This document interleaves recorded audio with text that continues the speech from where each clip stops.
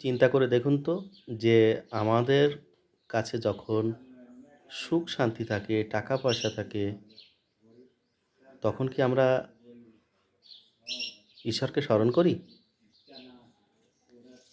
অনেকেই হয়তো করেন না।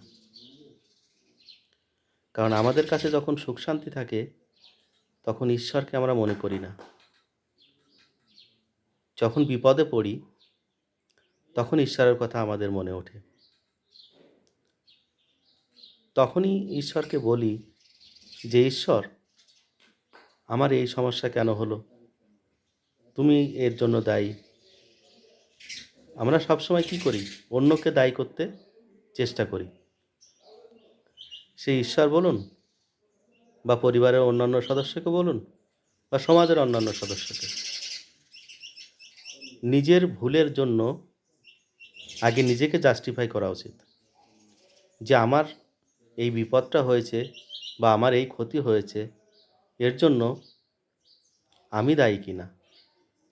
সমাজে কটা মানুষ আছে যে নিজের ভুল সংশোধন করে? আমার কাছে যখন সবকিছু ছিল, আমি ভবিষ্যতের ভাবনা না ভেবে সামনের দিকে এগিয়ে গেছি। আর এখন বিপদ হয়েছে বলে ঈশ্বরকে স্মরণ করছি।